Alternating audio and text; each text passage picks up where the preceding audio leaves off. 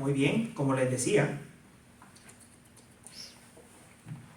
vamos a estar meditando en esta mañana en un pasaje que leímos en el Evangelio de Lucas, capítulo 1, versículos 46 a 55. Estamos haciendo una serie de predicaciones en ese pasaje.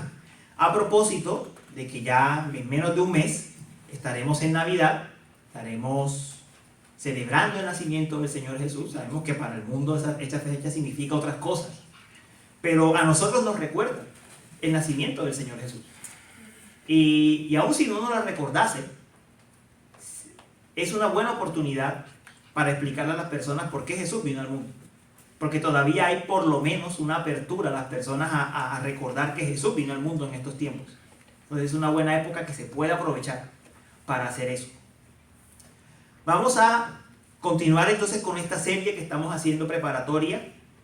Esta porción se llama, o se le conoce en la historia de la iglesia como el Magnificat, y Magnificat significa engrandece, engrandezca mi alma al Señor, es lo primero que dice María cuando estaba concibiendo al Señor Jesús y elevó ese cántico. Y esa sección nos habla o nos muestra cómo la salvación fluye desde esta pequeña joven que tiene el privilegio de concebir al Señor Jesús y fluye a todos los hombres. En el mensaje pasado explicamos un poco cómo esta salvación afectó primeramente a María. Ahora vamos a ver cómo se extiende a los demás. Entonces vamos a leer los dos versículos que vamos a ver hoy, que son los versículos 49 al 50. Allí dice: porque grandes cosas me ha hecho el poderoso y santo es su nombre, y de generación en generación es su misericordia para los que le temen. Vamos a hacer una pequeña oración. Señor, bendice tu palabra. Que sea tu palabra aplicada a nuestros corazones. Que tu Espíritu Santo la aplique, la traiga a nuestras vidas y nos muestre la grandeza de tus misericordias para con nosotros. Lo que has hecho por nosotros en Cristo Jesús. Te lo pedimos y te lo rogamos, Señor. Amén. Muy bien. El mensaje, el sermón se va a llamar Engrandece mi alma al Señor, parte 2. La parte 1 la vimos hace 8 días. Y va a tener 3 puntos. Vamos a ver una introducción. Vamos a ver el segundo punto, la grandeza de su misericordia. Y el tercero, misericordia para los que creen. Entonces, a manera de introducción voy a decir un poco qué fue algo de lo que hablamos la vez pasada. La vez pasada decíamos que María, que ocurrieron en el Evangelio de Lucas, se nos relata que ocurrieron 2 embarazos milagrosos al mismo tiempo. El de Juan el Bautista, por parte de su prima Elizabeth y Zacarías, y el embarazo de Jesús por parte de María. Y los que han leído el Evangelio de Lucas habrán notado que Zacarías no creyó el mensaje. Zacarías no creyó que su esposa Elizabeth, siendo ya vieja, iba a quedar embarazada. Entonces, ¿qué le pasó? Se quedó mudo. No podía hablar. Pero María sí creyó. Y entonces Elizabeth le dice a María: bienaventurada la que creyó que tendrá cumplimiento lo que le fue dicho de parte del Señor. Es decir, la bienaventuranza que gozaba María es que ella creyó lo que el Señor iba a hacer con ella. Esa fue la bienaventuranza que ella gozó. Y entonces María dice, o dijo, que ella se presentaba como una sierva para que el Señor hiciese con ella lo que tenía que hacer, para que la utilizase como el instrumento para traer a su hijo. Ahora, ella también se presentaba en el pasaje como una mujer humilde. Y humilde no quiere decir en este pasaje pobre. Cuando María habla de su humildad, se está refiriendo a la condición en la que ella estaba. Recuerden quién es María. María viene ¿de qué familia? De la familia de David. Era la familia que por legítimo derecho merecía el trono. Pero Ahora, recordemos que el trono no es solamente un asunto político. El asunto del trono de David no es meramente político. Los salmos una y otra vez nos cuentan que por medio del hijo de David, por medio de este rey davídico, serían benditas todas las familias de la tierra. Entonces el trono de David está directamente relacionado con la salvación que se extendería a todos los hombres. El Salmo 72 es un buen lugar para leer y ver esa conexión que hay entre el reinado de David y la bienaventuranza o la bendición que tendría que extenderse a todas las familias de la tierra, de la salvación que vendría entonces por medio de este hijo que María está concibiendo, que es llamado Hijo de Dios cuando el ángel le hizo el anuncio a María. El Hijo de Dios heredará el trono de su padre David. Entonces, teniendo esto presente, María empieza a ver cómo su familia, cómo la familia davídica, el trono de David empieza a ser restaurado, empieza a ser levantado. Y la primera en gozar de esa salvación es precisamente ella. ¿Por qué? Porque fue la primera que creyó. Es la primera que viene a gozar de esta restitución que viene por parte del heredero, por parte de Cristo. Entonces, el heredero había venido, estaba en el vientre de María, se empiezan a cumplir las promesas y ella entonces ocupa esa privilegiada posición de ser bienaventurada. Y María en su canto, en el versículo 49 que leímos, destaca dos cosas importantes del Señor. Eso va a servir de vínculo para lo que viene hoy. Comienza a destacar, uno, que el Señor es poderoso por lo que ha hecho con ella y que el Señor es santo. Que el Señor es poderoso y que el Señor es santo. ¿Por qué poderoso? Porque el Señor produjo una vida de la nada. Esta era una mujer virgen. Es decir, el caso de María incluso es diferente al caso de Elizabeth. Porque Elizabeth era una mujer entrada en edad, pero no era virgen. Todavía existía una remota posibilidad, si lo quisiéramos decir así, de que tuviese un hijo. Pero María era virgen. No había posibilidad. Y el Señor entonces lo que hace es formar una vida de la nada. Por la obra del Espíritu Santo forma una vida de la nada en el vientre de María. Una vida de la nada. Ahí se muestra el gran poder de Dios. ¿Cuándo fue la primera vez que el Señor formó una vida de la nada? Cuando formó la criatura en el vientre de María. Y cuando formó a Adán. Él tomó a Adán del polvo de la tierra. Y del polvo de la tierra el Señor sopló y formó un ser viviente. Adán. Este es el segundo ser que el Señor forma de la nada. Pero hay algo más asombroso en todo esto, en toda esta concepción. Y es que el Señor forma a un ser humano, a Jesús, al Hijo de Dios, sin relación con el pecado. Sin relación alguna con el pecado. A un ser santo.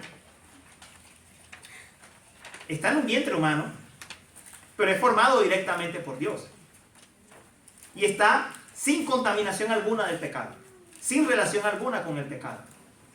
Y es tan sorprendente esto que, como lo decíamos en el sermón pasado, todos nosotros sabemos que es más fácil que lo malo de las personas nos influencie a nosotros que lo bueno.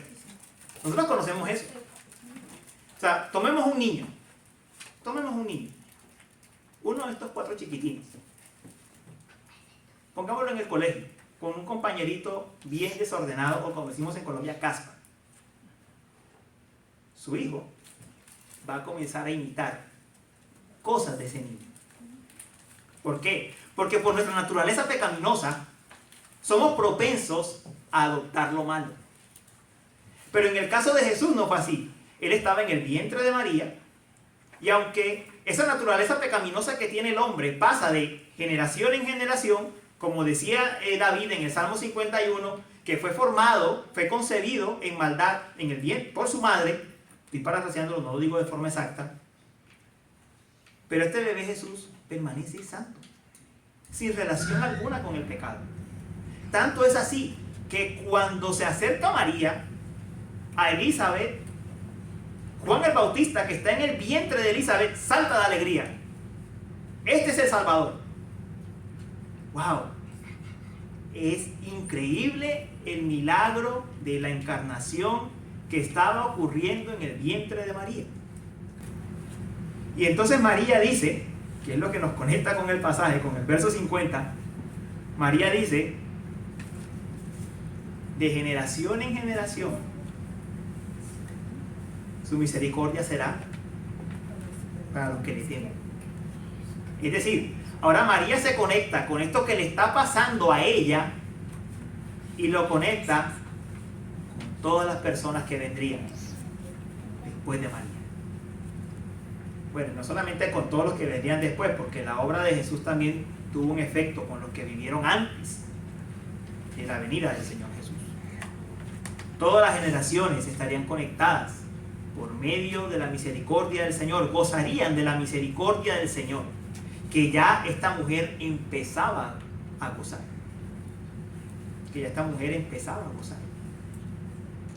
Entonces, dice el verso 50, eso nos lleva al siguiente punto, la grandeza de su misericordia.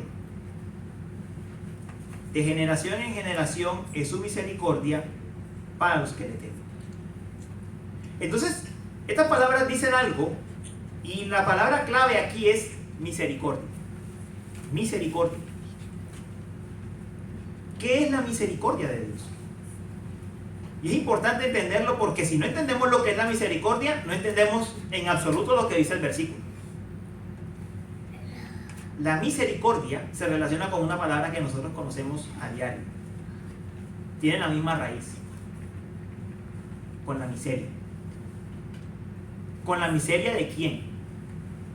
Con la miseria de aquellos que estamos en bancarrota espiritual.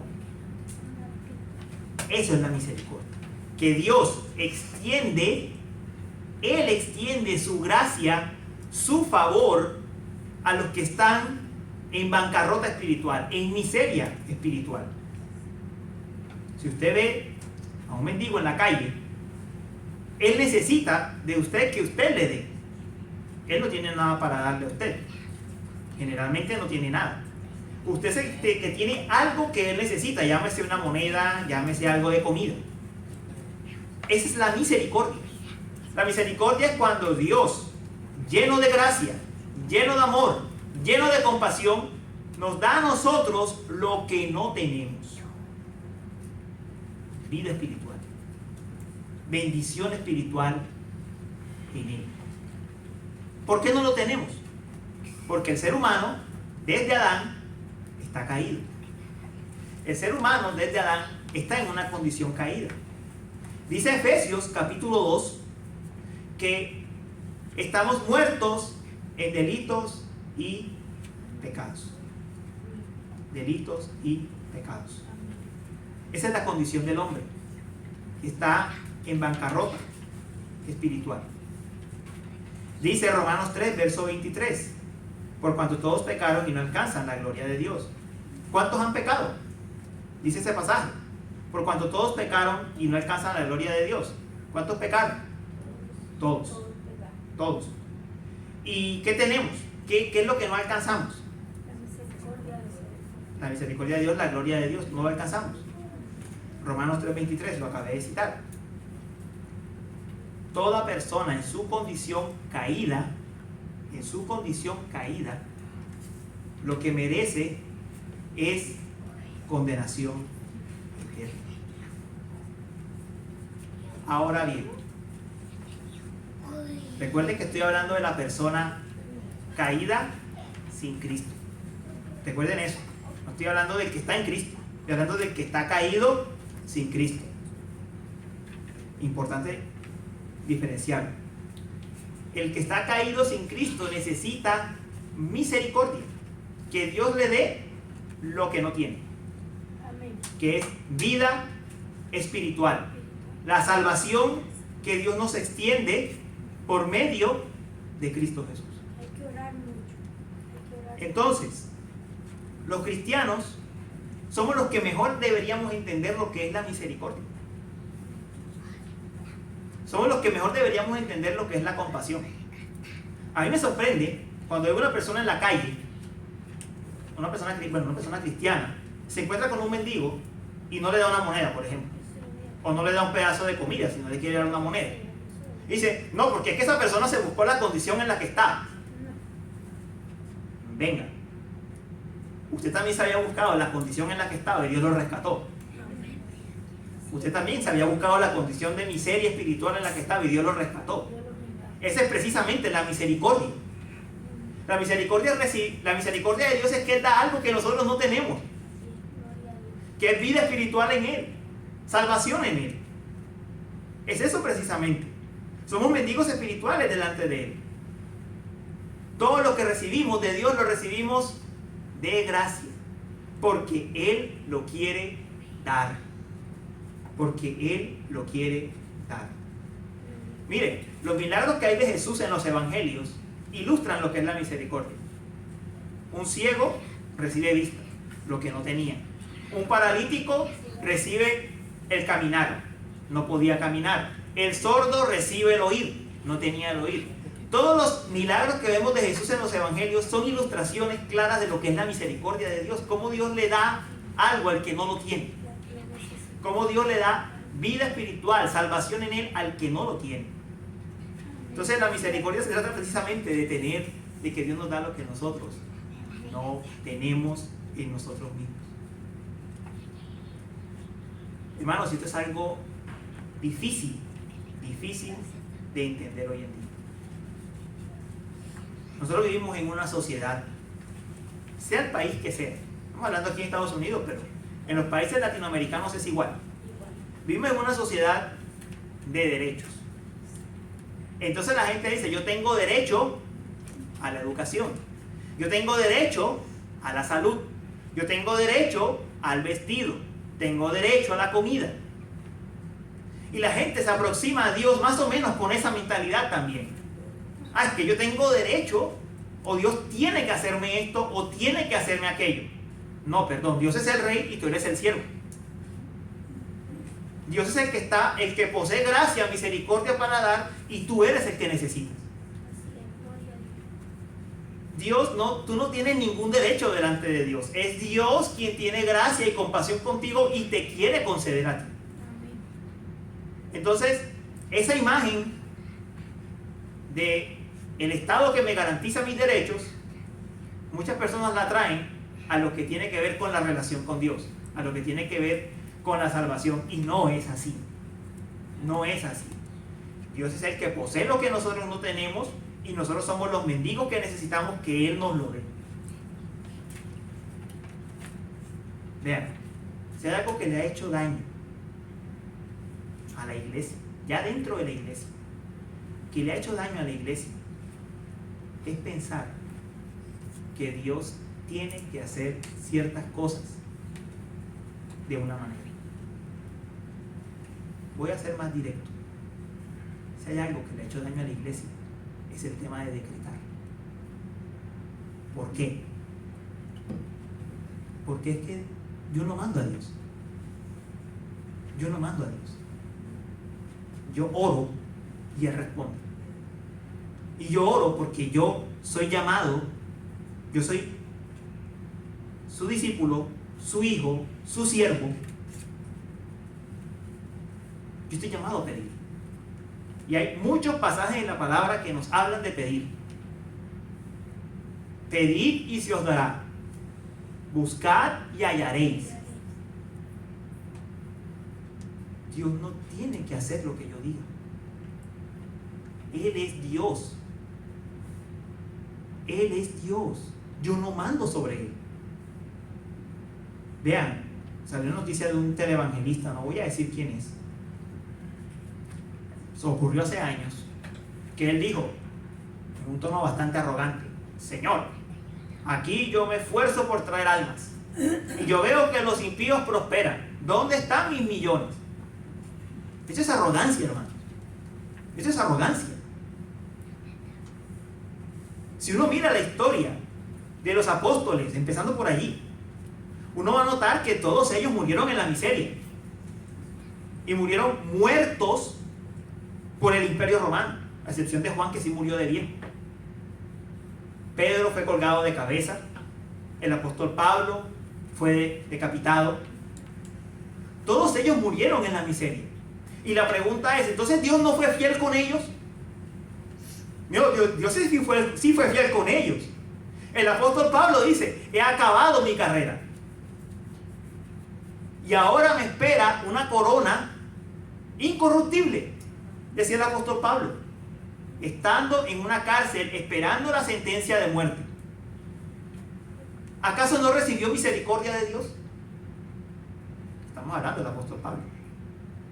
Ya ni contar la vida de cada uno de los apóstoles. No tenemos nada que reclamarle a Dios.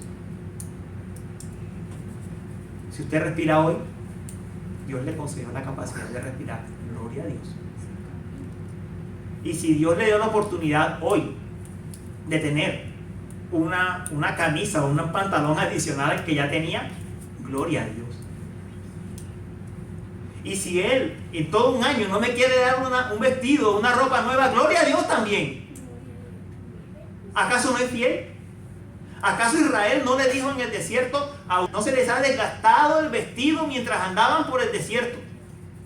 Ni el calzado se les desgastó. ¿Acaso cambiaron de ropa? No. Pues estuvo con lo mismo. Hermanos, quitemos de nuestra cabeza esa idea de que Dios me tiene que dar, que Él está obligado a darme lo que yo le pido y que yo lo tengo que decretar para que Él lo haga. Quítese esa idea de la cabeza, hermano, porque eso es una ofensa al Señor. Él es, el mismo título Señor ya lo dice. Él es el Señor, Él es el que manda, Él es el soberano, Él es el rey. Nosotros somos siervos. Un Señor tiene siervos. Un Señor no tiene señorcitos. Un Señor tiene siervos. Nosotros somos los siervos de Él. Y gloria sea a Él. Entonces, mis hermanos, esa es la misericordia de Dios. Dios da lo que no tenemos. Y qué maravillosa misericordia vemos en este pasaje. No hay un ser humano limpio, perfecto, que no peque, que sea capaz de salvar a la raza humana. Entonces Dios envía y Él mismo viene y encarna y es ese ser humano que viene a salvar a la raza humana. ¿Comprendemos eso, hermanos? ¿Comprendemos ese acto de misericordia divina? ¿Quién calificaba para salvar a la raza humana? ¿Quién califica para salvarse a sí mismo? ¿Quién puede levantar la mano y decir, yo me salvo por mi cuenta? ¿Quién lo puede hacer? Nadie. Y no hay un hombre que califique y Dios dice, bueno, entonces yo soy el que voy a enviar al Salvador. Yo soy el que voy a enviar a ese hombre sin pecado que va a entregar su vida para salvar a mi pueblo. Más misericordia que esa, hermanos, no hay. No hay. Y Él envía su Espíritu y lo pone en la vida nuestra para aplicar, para que esa obra de salvación sea una realidad en nuestras vidas. Tras de todo eso, hermano, es decir, no solamente envía a su Hijo y nos dice, bueno, listo, envía a Cristo a morir y a resucitar, a vivir la vida perfecta, a morir y resucitar, ahora vengan, acérquense como puedan. No, Él derramó el Espíritu. ¿Les parece poco eso? Ese es Dios. Esa es la misericordia de Dios. Y día a día nos renueva. Día a día nos permite entender más esa misericordia divina. Ese es el Señor, lleno de misericordia. Nadie más va a hacer por nosotros eso. Y hablo a todos los que están aquí. Ninguna otra persona en el mundo va a hacer jamás lo que Dios hace por nosotros, lo que Dios hizo por nosotros. Nadie. Ninguna persona, por muy allegada, por muy íntima, por mucho que la queramos, vale la pena delante de Dios. Y lo dice alguien que ha tenido que ver partir de su lado personas muy estimadas y muy queridas. Nadie lo vale. Porque lo que Dios nos da en Cristo Jesús esa misericordia que Dios nos extiende en nuestro Señor Jesucristo. Hermanos amados, nadie les va a dar eso. Nadie se lo va a dar. Entonces, mis amados hermanos, esta misericordia es una misericordia, como dice el pasaje, es para los que le temen. Es el punto 3. Es una misericordia para los que creen, para los que temen. No es para todo el mundo. En un sentido, Dios bendice a todo el mundo. Y en un sentido, Dios le da a todo el mundo comida, le da abrigo, vestido. Incluso quienes no son creyentes tienen una buena vida y a veces hasta una mejor vida que un creyente. Dios concede sus bendiciones a todos los seres humanos. Pero cuando estamos hablando de la misericordia de Dios, el pasaje es muy claro. Es para los que le temen. Es para su pueblo creyente. Es para aquellos que han recibido vida en Cristo Jesús. Esos son los que reciben misericordia de Dios. Esos son los receptores de la misericordia divina. Esos y solo esos. María no lo buscaba. Ella buscó ser la madre del Salvador. Ella buscó ser la madre del Señor. Ella no lo buscó. Era una mujer palestina, judía, como las demás. Y el Señor simplemente, por pura gracia, dice, tú vas a, bueno, ella es la familia de David, tú vas a ser la madre del Salvador. Ahora, María no era la única mujer de la familia de David. Por si quedan las dudas. Había muchas otras. Porque la familia de David se multiplicó muchísimo durante el tiempo. Dios por pura gracia la eligió a ella. Porque quiso que fuese ella y no otra. Y Dios, por pura gracia, extiende su misericordia a quienes Él quiere. A quienes Él quiere y solamente. Al pueblo que le teme. Al pueblo que cree en Él. Y el pasaje dice que todas las generaciones la tendrían por bienaventurada. Y el verso 50 que está ahí, y de generación en generación es su misericordia para los que le temen. 48 y 50 estoy comparando. Es decir, todas las personas que vivimos después de lo que ocurrió cuando Cristo fue concebido en el vientre de María, entendemos qué es lo que gozó ella. ¿Por qué lo entendemos? Porque entendemos que es tener a Cristo dentro de nosotros. Amén.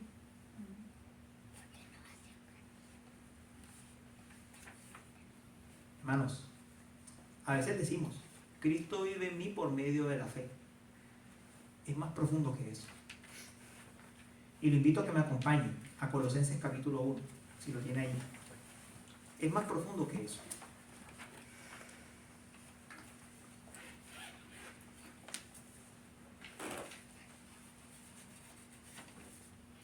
Colosenses capítulo 1, verso 27. Las Biblias que tienen allí en el puesto es la página 1212.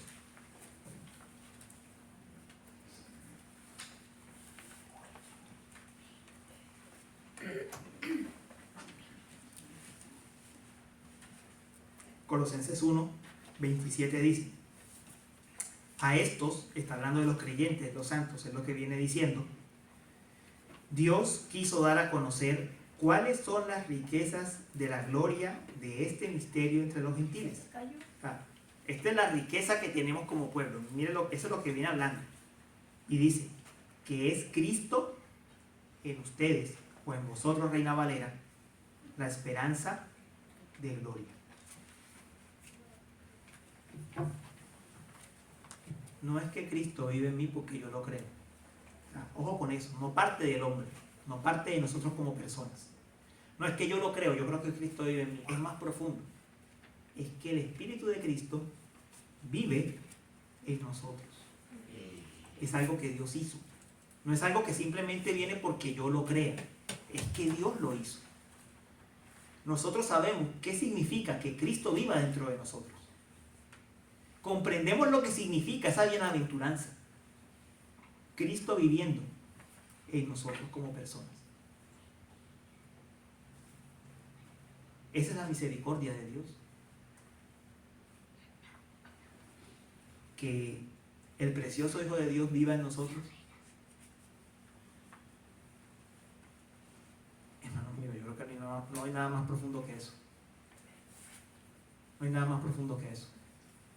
Amén. Que Él viva en nosotros. Y no es solamente la misericordia de un momento. Ah, bueno, sí, recibí a Cristo y ya Él vive en mí. Es que su palabra dice en 2 Corintios, ¿no? Nosotros viendo como con rostro descubierto por el Espíritu del Señor, somos transformados de gloria en gloria. 2 Corintios 3.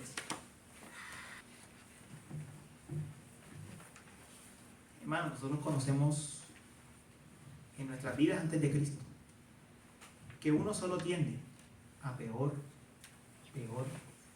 a ir más al fan, a ir más al fondo. ¿Por qué el creyente no se hunde más, sino que progresa? Porque Cristo vive en él. Porque el Espíritu Santo vive en él. Esa es la razón. Esa es la misericordia que Dios nos da. Cristo vive en nosotros. Esa es la razón por la que nosotros no nos hundimos en el fan después de haber venido al Señor, sino que el Señor no solamente nos sostiene, sino que nos continúa llevando a crecer más. Como dirían Proverbios, y el justo resplandecerá como la luz de la aurora, que va en aumento hasta que llega al firmamento. Y es una misericordia futura, porque lo que nos espera cuando venga el Señor es la gloria eterna. Pues son misericordias pasadas, presentes y futuras para nuestra vida. De generación es su misericordia. De generación en generación es su misericordia para los que le temen. Hermanos, ustedes vinieron a Tampa. Tal vez aquí se sienten solos, como que no entienden esta ciudad, como que esta vida aquí es tan pesada, tan solitaria, tan triste, tan cargada. Pero recuerden esto: ustedes no dejaron el Señor en sus países. Es decir, ahora que me vine a Tampa, el Señor no está conmigo. O ahora que salí de, no sé, Puerto Rico, Cuba, Colombia, ¿la hermana de dónde es? Ecuador. Entonces el Señor no está conmigo. No.